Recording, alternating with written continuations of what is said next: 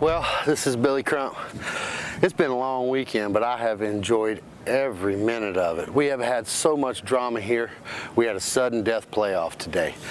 Well, Ken Climo shot himself a 20 under out of 24 holes. We don't know what that's going to be rated, but it's going to be up there. Chances are that's going to be another 1100 rated plus round for Ken Climo.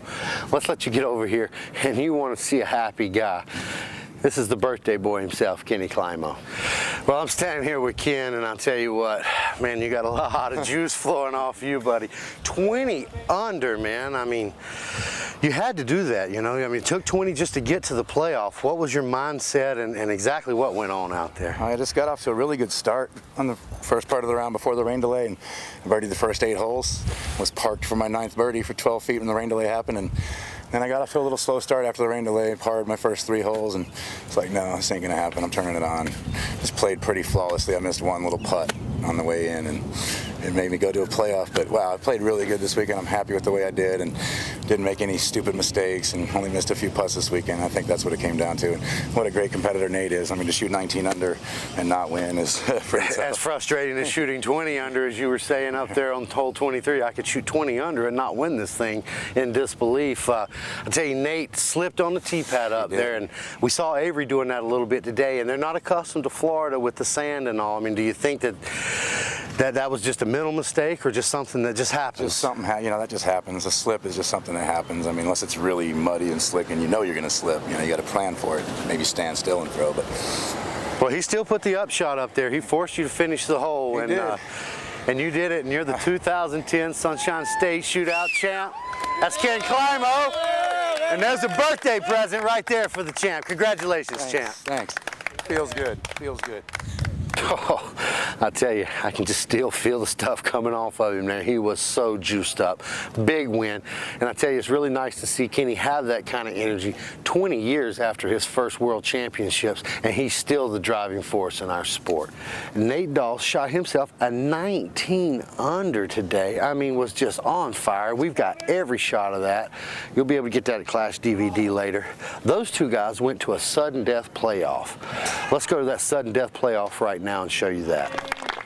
Well, I'll tell you, this is sudden death. I'm lucky enough to have the current world champ and captain of the Elite Star team on Innova. Avery, how you doing, man? Doing great, doing great. Excited to see this playoff between Ken Climo and Nate Doss. Now, this is a little unusual. We're not sure, you know, Mike wants to showcase these 2 holes, I guess. Oh, that's a beautiful shot right there. That's what you want to start with, Abe. Looking to fight through those trees.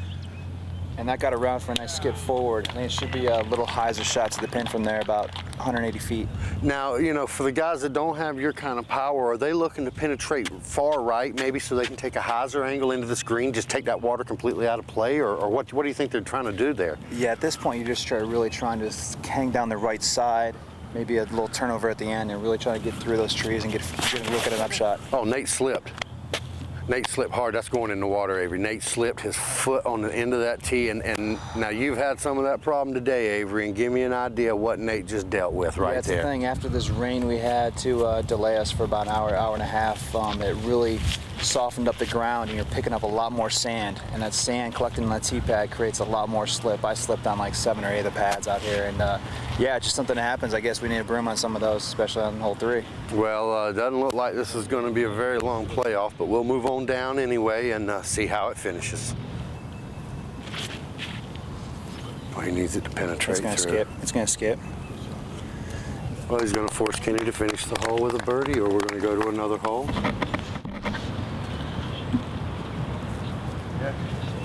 The automatic, Avery. Yeah, it's Ken Climo. He's made thousands and thousands of these in his day. And that's butter on a roll. That's a birthday win. Avery, we're going to move over and get some interviews. Thank you for your time.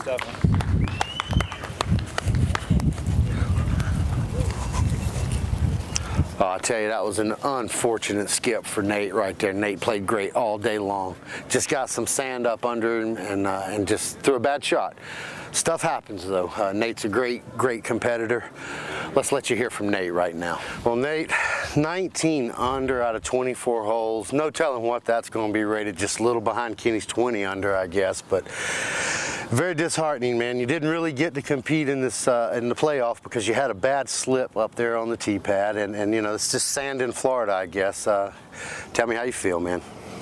You know, I'm disappointed. I'd rather, you know, miss a putt or something and lose a playoff than slip on a tee pad. But, you know, regardless of how it came out to, you know, this weekend, Kenny played great today, and so did I. So it was a lot of fun knowing Kenny was playing so great, and I was just in his zone back in my group as well, and Dave was playing great in my group as well. So it was just a lot of fun today, and it is, you know, unfortunate what happened, but that's life. Well, that's a true champion right there. Just lost in sudden death. Got a smile on his face, Nate. Congratulations on a great tournament. Thanks, guys. Thank you. Well, Nate, very humble there, and you can see he's a great competitor. He'll be back. Also, in the men's open, we'll go ahead and give you the rundown. In third place, making a huge push, we were out there with him too, David Feldberg, making putts, making drives all over the place, knew what he had to do, was 2 behind Nate, did everything he could to catch him, had to ace the last hole, he went for it, didn't quite get it, but David, a great competitor, ends up third, and he's liable to still be on top of the point standings when this is all over. In fourth place with a great round today, 72, Nico LeCastro. Played good. His putting woes sort of came out a little bit. He threw great drives all day, but just had a little trouble putting here and there, and just not quite Nico's standard for putting. In fifth place, the man himself, Garrett Gerthy, coach of the University of Florida. You're going to see him in a couple weeks when we're over at the Collegiate Championships. And Garrett put on a show. Garrett was throwing stuff that was so far. He was throwing 80 to 100 feet past the guys, but he got off to a slow start. He was only 2 down through 6, and some of those guys were already 5 down. And Mr. Climo, shoot, he was 9 down through 9. So Garrett fell behind early. Finishing out the top 10, tied for 6. We had a 3-way tie.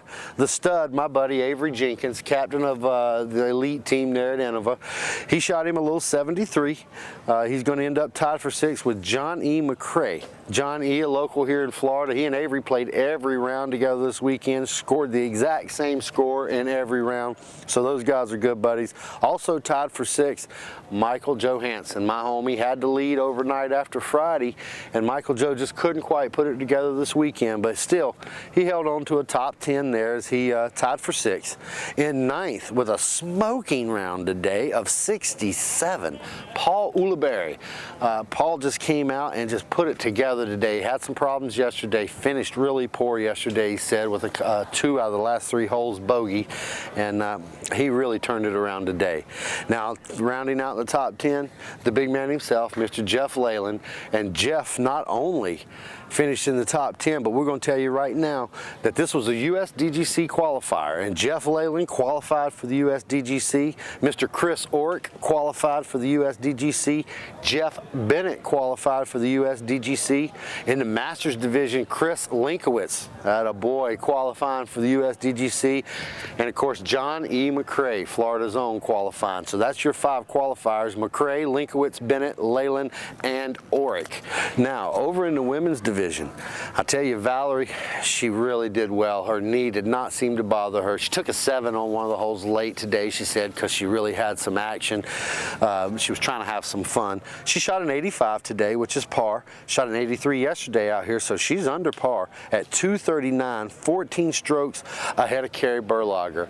And Carrie made a big push today. Liz passed her yesterday. She had her by 1 stroke coming into today, but Carrie got those back. She beat her by 4. She ended up finishing 2nd, 14 behind Val, but 3 ahead of Liz, who finished in 3rd. Liz out of Michigan had a tough weekend, but things have turned for Liz. We talked to her. Everything's good. Her karma's great, and she's back on the road. She'll be playing again. Look for her to play somewhere near you. Well, that's your women's division there. And let's get over and let's hear from Valerie Jenkins, your winner. Well, I'm here with Valerie Jenkins. Small knee brace. How'd it feel this weekend? It felt good. It's gradually getting better every week, so, you know, hopefully I won't have to wear this knee brace next week. Well, we followed you around a few holes, and I'll tell you, you really had your rhythm. You were smooth. You didn't seem over-aggressive on the tee pad, but you were putting it well out there. What did you end up winning by? I know that you really separated yourself yesterday. How did it go out there today? I shot an 85 today. Nice. I did go for one shot and got a 7 on one of the last ones, but yeah, I played consistent. I was just aiming for pars, and I don't keep track of the scores at all. Somebody said double digits, so.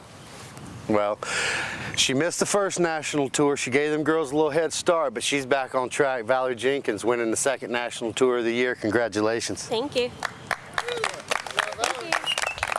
Oh, Valerie always has a pretty smile on her face, and you know, she's a modest girl. She laid the hammer to him this weekend, and this long track out here certainly to her advantage.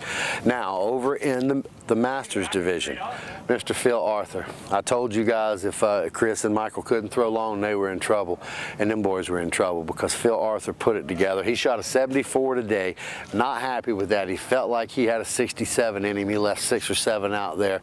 Let's let you hear from Phil. He'll tell you himself. Well, ran down Phil Arthur. I told them boys yesterday if they couldn't throw long, they were in deep trouble, man. Looked like you really opened up a can on them out here, man. Yeah, I played pretty solid. It is longer, so I did have an advantage. I still was a little disappointed. I missed about 8 putts that round inside the circle, right inside the circle. They weren't 20-footers, but 25 to 30-footers. I missed them, and I felt like I could have came out with an 18 or something, or 16 or 17, and to see the boys do it, it just showed me it was there, you know. But I played good. I played solid, and you know, I felt like I'd have an advantage out here because I can put the extra distance on it. Well, it's difficult when you get that far ahead sometimes. It's difficult to find your motivation, and you know, those putts sometimes can go awry because you just don't have to dig deep. You know, you got a comfortable lead, right. And maybe that was something that had to do with it as well, Phil. Yeah, you're right. It could have something to do with it. I knew that, and I tried to work through that. I tried to focus and execute those putts just like I was playing against, you know, Nate and Kenny and Nico and whoever, Dave, all the boys, you know, Ulibarri, all of them. I wanted to stay focused and keep grinding. But you're right, it's a little different. But that's why, you know, I'm going to work that out. Well, he's been out here, and he'll be in Indiana up at Lemon Lake. He's looking to get a little multiple title action going on. There's a lot of them gearing after you, so keep working, keep that game honed in. Yeah, I'm going to be working hard. I've got quite a few things to take away from this weekend that, you know, is rusty, and I'm going to be working hard, so they'll need to bring it. Now, it's Phil Arthur, winner of the Masters division here in Florida at the Sunshine State Shootout. Congratulations, Phil. Thank you. Appreciate it. Well, Phil is a great ambassador for the sport. He's a great representative, and hopefully someday he'll be put up there on that sportsmanship award because he certainly does deserve it. Now, Chris Linkowitz finishing 2nd, Michael Paulette coming in 3rd, and we had a tie for 4th, Doug Smith and Matt Tittle. Now, this is the 2nd national tour of the year. We'll let you know how everything shakes out with the point systems. We've got your USDGC. This has been the Sunshine State Shootout. I'm Billy Crump. I tell you what, this has been some kind of weekend. We had drama. We had everything you could want at a national tour. We'll see you in a couple weeks at the Collegiate Championships, the PDGA. Stay tuned.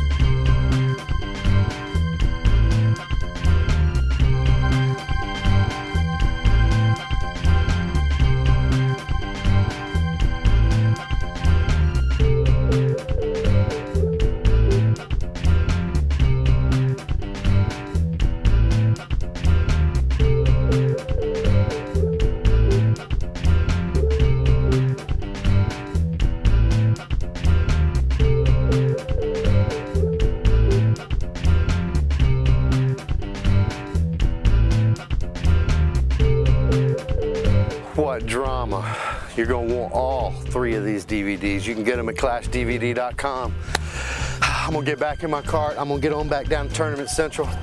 We'll see you guys in a couple weeks at the Collegiate Championships. ThePDGA.com. Stay tuned.